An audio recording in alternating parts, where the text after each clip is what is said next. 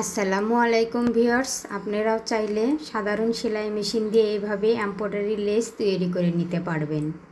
দেখুন, এখানে আমি টিস্যু ফেব্রিকের একটা কাপড় নিয়েছি। কাপড়টার চওড়া হবে প্রায় 7 ইঞ্চির মতো, লম্বা আপনাদের যতটুকু লাগবে ততটুকু নিয়ে নেবেন। এরপর 1 ইঞ্চি চওড়া এরকম একটা স্কেল নিয়ে আড়াআড়িভাবে এরকম পুরোটা দাগ টেনে নিতে হবে। দেখুন, এভাবে আমি পুরো কাপড়টাই দাগ টেনে নিব।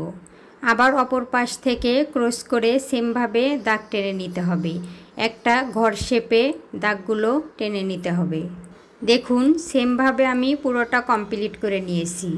এরপর প্রথমে কিছু উলের সুতা নিতে হবে। 2 তার সুতা নিয়ে এভাবে ববিনে পেঁচিয়ে নিতে হবে।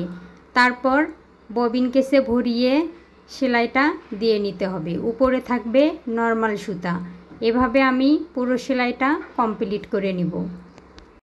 দেখুন, আপনাদের বোঝার সুবিধার্থে আমি এক পাশটা এভাবে দিয়ে নিয়েছি। এই সেমভাবে আমি 2 পাশেই কমপ্লিট করে নিব।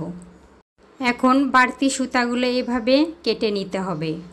দেখুন, আমি পুরোটা সেলাই দিয়ে কমপ্লিট করে নিয়েছি। এরপর 2 পাশ থেকে 1/2 ইঞ্চির মতো মুড়িয়ে সেলাই দিয়ে নিয়েছি। এখন এখানে একটু লেস বসিয়ে নেব। 2 পাশে 2টা লেস বসিয়ে সেলাই দিয়ে নেব। এবার এখানে একটু হাত দিয়ে ডিজাইন করতে হবে।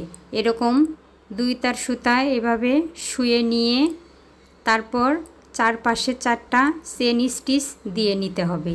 দেখুন আমি স্টিচটা কিভাবে দিয়ে নিচ্ছি। ভিডিওটি ফেসবুক পেজ থেকে দেখে থাকলে অবশ্যই ফলো দিয়ে রাখবেন।